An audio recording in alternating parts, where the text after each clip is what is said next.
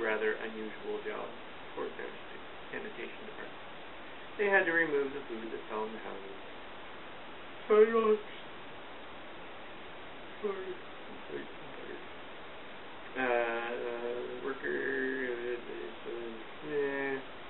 They had to remove all the food that fell on the houses, sidewalks, and lawns. The workers cleaned up after every meal and fed all the dogs and cats. They emptied some of it into the surrounding oceans for the fish, the turtles, and the whales, but the rest of the food was put back into the earth so the soil would grow richer for people's farms. Life for the townspeople was delicious until the weather took a turn for the worse. The many times of town. Oh no!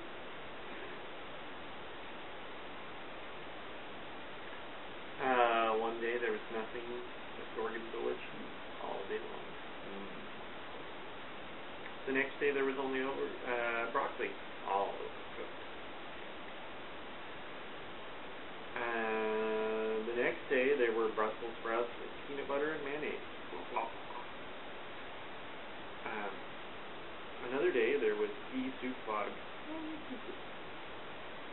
one could see where they were going and could barely find the rest of the meal that got stuck in the fog.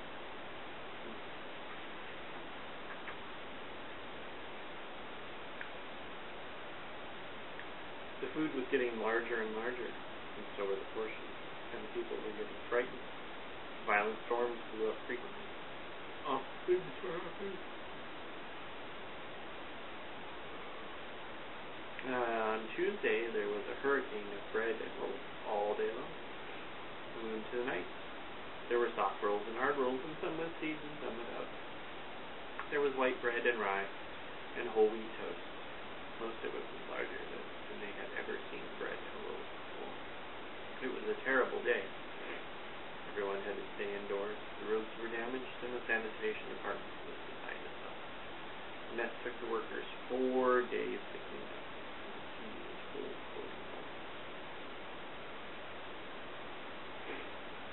To help out, the people piled up as much bread as they could into their backyards, and the birds accepted of it. But it just stayed there and got stale. There was a storm of pancakes one morning, and a downpour of maple syrup that nearly flooded the town.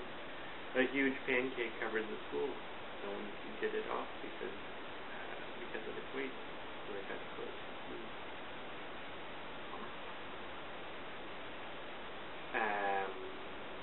Lunch one day brought 15-inch strips of cream cheese and jelly sandwiches. Everyone ate themselves sick and ended up with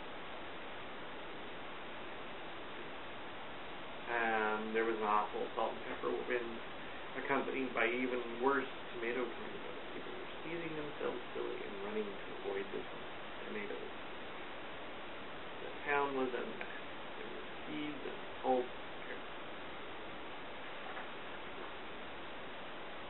The sanitation department just gave up.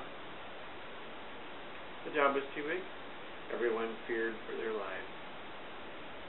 They couldn't go outside most of the time. Many houses had been badly damaged by giant meatballs. Stores were boarded up, and there was no more school for the children.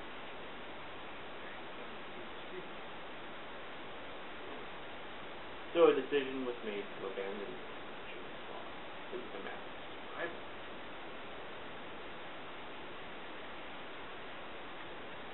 People glued together giant pieces of stale bread, sandwich style, with peanut butter. Took absolute necessities with them and set sail on the rafts for a new land.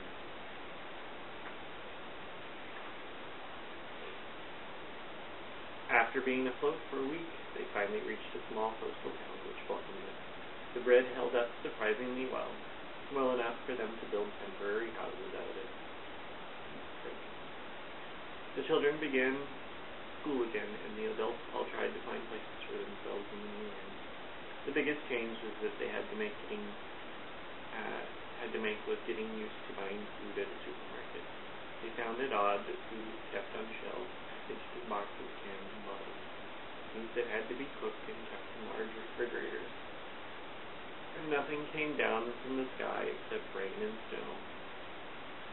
The clouds above their heads were not made of fried eggs, and nobody ever got hit by a unicorn again.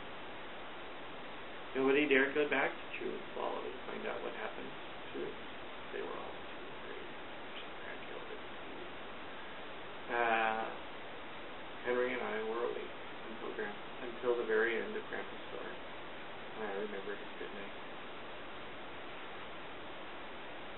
The next morning we woke up to see snow falling outside our window. We ran downstairs for breakfast and ate it a little faster than usual so that we could get sledding. It's funny, but even as we were sledding down the hill, we thought we saw a giant pad of butter at the top, and we could almost see that.